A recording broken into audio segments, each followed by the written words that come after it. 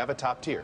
It is Mitt Romney, Rick Perry, and Michelle Bachmann. We have a new top tier, and it's Perry, Mitt Romney, and Bachmann. There's now a top tier in this race, at least for now, of Romney, Perry, and Bachmann. I mean, I think that's fair to say.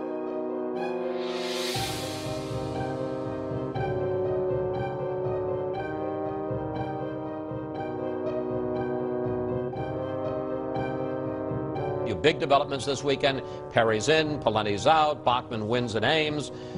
And there seems to be the sense of a new top tier, Bachmann, Perry, Romney. What do you make of that? We definitely got a lot more clarity in this race. And with Perry going in on the same day, you really got the sense that we've got a three-person race at this point between Perry and Bachmann fighting it out on the right, waiting to be the anti-Romney.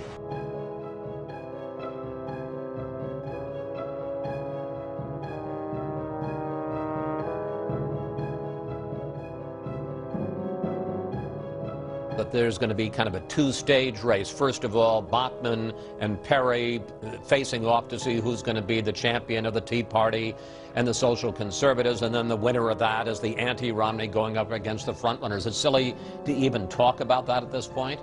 The Republican primary process now looks a lot like what we're accustomed to seeing out of the Democrats. They usually have sort of an establishment candidate and a challenger.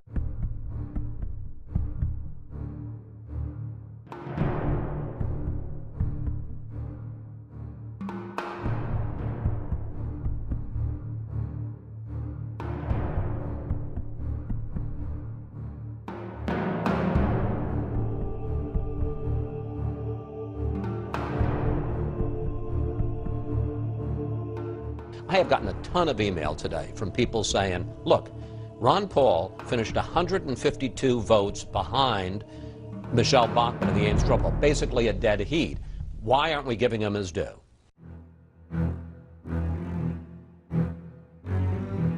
Ron Paul is not going to be president of the United States. The next president of the United States is going to have the name Bachmann or Perry or Romney or Obama.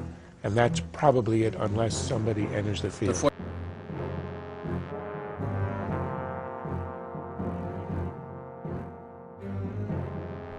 If our views, keep growing in popularity as they are, it's a real threat to the establishment. So the establishment is well protected in many of those individuals that control the 5 major networks. Let's talk about Ron Paul, because he just won another straw poll in California, and he keeps winning straw polls, but I guess if history is any gauge, it doesn't really mean very much. California says, see, we are talking about Ron Paul. Right now, live right next to the bus behind us, Ron Paul is speaking, and 7 of the candidates are here today. We have live pictures of Ron Paul, but you know what? We're talking about Sarah Palin, and we're talking about Rick Perry, the 2 people not in the race yet, Drew. And guess what, Paul? If you get video of Sarah Palin or get a soundbite from her, bring that back to us. You can hold the Ron Paul stuff. And Catherine, what do you say? Is he being ignored, or for good reason? How do you come down on this? I think Ron Paul is getting a tremendous amount of coverage for someone who's never going to be president. He knows that, the press knows that, everyone's behaving as if he's never going to be president. A new Gallup survey showing Rick Perry running second to Mitt Romney, knocking down Iowa favorite Michelle Bachmann to 4th. I think there's a long, proud tradition of fringy candidates mixing things up and making it exciting. Anyone get the sense Ron Paul, like crazy Uncle Ron? Listen, I've done a show on why conservatives shouldn't vote for Ron Paul. Poll. Romney leads New Hampshire. Huntsman 3rd, Perry 4th. Now, do they know how to count? Why would they omit saying who was in second? Well, you know why? Ron Paul. All right, my dumbest thing of the week is Ron Paul.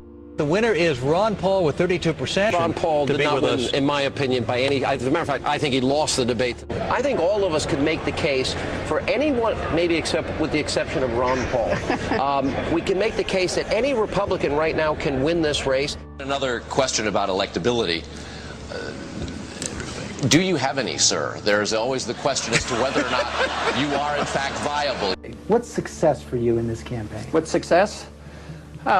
Well, to win is one is the goal. That's not going to happen. You know, you don't need a majority.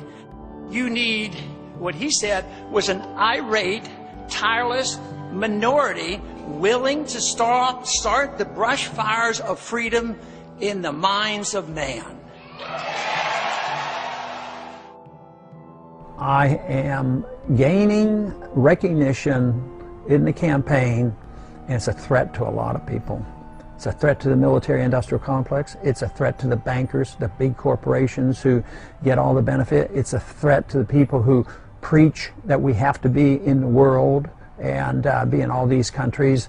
So I think it's big banks, big money, big corporations, and the people who want to be the warmongers.